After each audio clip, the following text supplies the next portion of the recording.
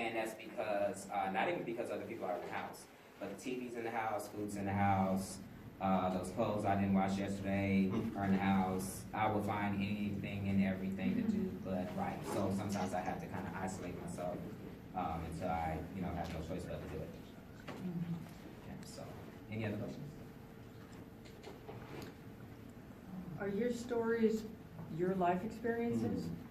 So I would say, looking at the combined sort of mini canon now, that I would say a generous maybe 50-50 split of personal experience and imagination. The first book, one of the things about it was that it wasn't honestly anything that I planned to publish and share. It was very cathartic.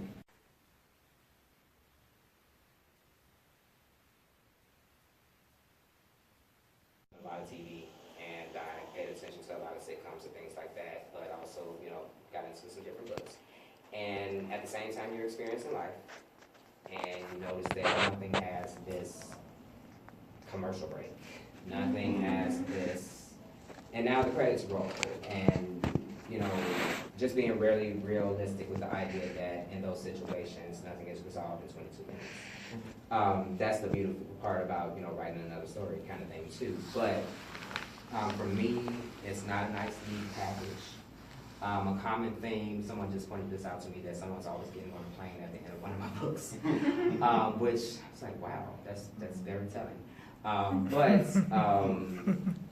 I always like to see the central character on the road to that new level, still on that self-discovery, but more equipped to go through that process. So nothing wraps up nice and neat in any of these works. And one thing that I was thankfully conscious of was the idea of that cliffhanger. And like I said, I experienced a lot of, season finales and, having to wait for Game of Thrones to come back on in April. But I always end every book with a preview of the next work. So you can kind of see where it's already going, so you still get like it's kind of, I guess you would say, a dessert sort of thing. Yeah, but happy endings in the sense of, they rode together on a white unicorn off under the white road. So we have about 5 more minutes. And I'm sorry, this is a really primitive question. It's been a long time since I wrote anything. But do you base, like, a lot of the fictional characters on, other than what you described, on, real life experience, people or situations or events that actually happen to you? A number of those do come up, even in that work. You just make it plain, we're all adults, and I think we're all capable of hearing this, but depression is a very serious condition. It's something that I was diagnosed with maybe in 2000 and not even earlier than that. Somewhere in the early 90s, late 90s. But it's something that, over the years, different holistic approaches of dealing with it, are things that help me to, get a good handle on it. And it's something that comes up in a lot of the works, even to the point that you are seeing the aftermath of suicide attempts. Mm-hmm. So very, very personal stories, but where the fiction sometimes comes in is that some elements, like I said, are changed. Even, I just thought about it the other day, that some of these things, when I write them, I come back and I read them, and I'm looking at the fact that I've injected humor, and there was no humor in that memory, so there is, that element, too, of that mixing of real life experience and imagination. Mm-hmm. On some level, you're always thinking, I think, especially as a writer that, is really maybe looking to get published, and in the case of the publisher, you're always kind of looking at what keeps the story moving, what keeps people wanting to buy the next one. And, we live in the world of reality TV, and supposedly reality TV. But there's a lot of places where we inject drama when there really wasn't anything, or, so there's a lot of that's going on. But I would say that of the ones that were more concentrated on personal experience, it would be the first book. Thank you. Just sort of dovetailing on another question. Have people that you, have you written about people that you actually know, and have they recognized themselves in your work, if that is indeed the case?